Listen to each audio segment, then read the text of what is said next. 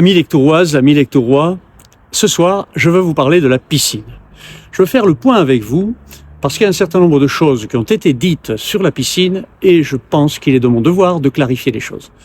La piscine, j'ai décidé de la fermer en 2022 et croyez-moi, ça n'est pas de gaieté de cœur. Loin s'en faut, c'était absolument pas de gaieté de cœur. J'ai dû la fermer pour des raisons de sécurité. Le directeur des services techniques de l'époque m'alarmait de manière incessante. Il y a des morceaux de béton qui tombent du plafond des vestiaires.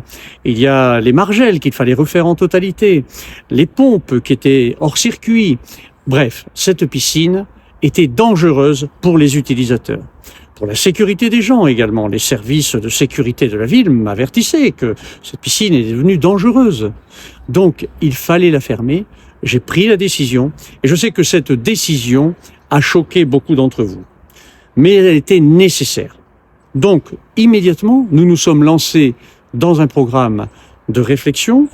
Nous avons lancé une étude de faisabilité en 2022 et nous avons maintenant lancé une étude de programmation en 2025, fin 2025. Cette étude est en cours et nous permettra d'avoir toutes les informations nécessaires pour pouvoir reconstruire, rénover et réhabiliter et réouvrir la piscine de Lectoure en ses lieux et places actuels.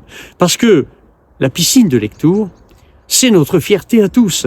C'est une piscine panoramique, c'est une piscine pédagogique, c'est une piscine qui fait la fierté de Lectoure. Elle fait partie de notre identité. Donc, je veux la reconstruire au même endroit, mais en restant modeste. Nous n'allons pas faire une piscine olympique. Nous allons refaire la piscine, probablement avec quelques améliorations. Et l'étude de faisabilité qui est en cours nous permettra d'aller chercher tous les financements qui seront nécessaires. L'étude de programmation qui est en cours également nous permettra de monter les dossiers pour convaincre l'État, l'Europe, les sponsors privés et tous ceux qui voudront nous aider à financer cette piscine, de manière à ce que la dépense soit supportable pour la ville. Bien évidemment, dans le programme que je porterai à votre connaissance dans quelques jours, vous verrez que cette piscine, nous allons également la réfléchir dans une optique plus moderne, dans une optique d'accessibilité, dans une optique d'aménagement de toute l'entrée de la ville, puisque la piscine, pour qu'elle fonctionne, doit être fréquentée par les Lectorois, par les marcheurs, par les touristes. C'est la volonté que cette piscine de Lectoure puisse servir à toutes et à tous.